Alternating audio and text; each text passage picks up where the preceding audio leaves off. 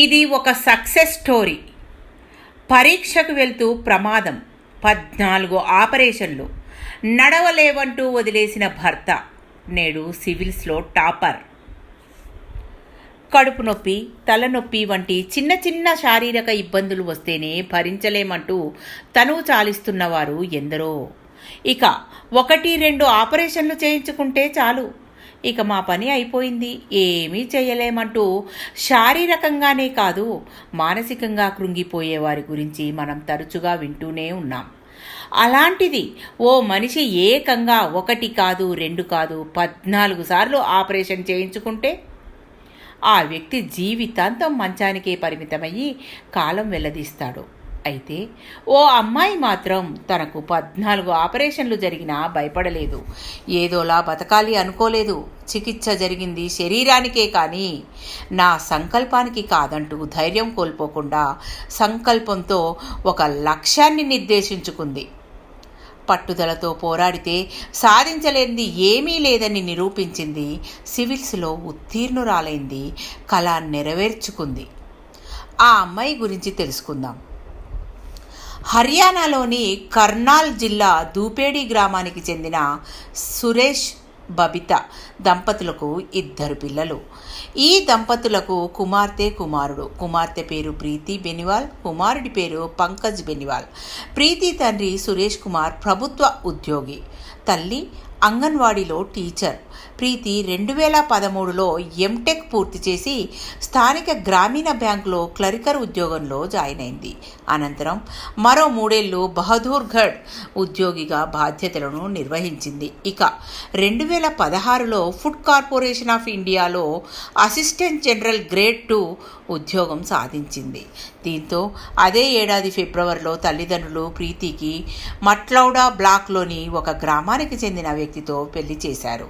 ఇక అదే ఏడాది డిసెంబర్లో FCI డిపార్ట్మెంట్లో ప్రమోషన్ కోసం జరిగే ఎగ్జామ్స్ కోసం గజియాబాద్కు వెళ్తూ ట్రైన్ ఎక్కే సమయంలో ప్రమాదానికి గురైంది.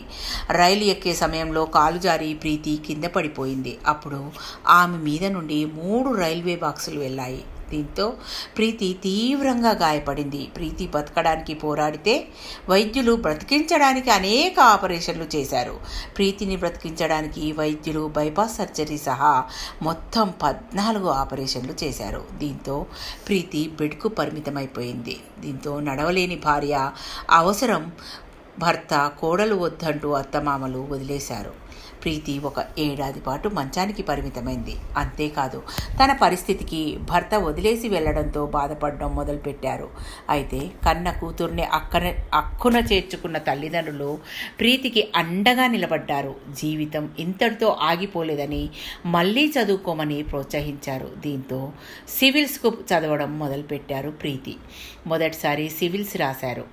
అప్పుడు ప్రిలిమ్స్లో క్వాలిఫై కాలేకపోయారు. నిరాశపడకుండా మళ్ళీ 2సారి సివిల్స్ రాయగా ప్రిలిమ్స్ క్వాలిఫై అయ్యారు. అయితే మెయిన్స్లో ఫెయిల్ అయ్యారు. 3సారి ఎలాగైనా సివిల్స్లో పాస్ కావాలని మరింత పట్టుదలతో ప్రయత్నం చేశారు.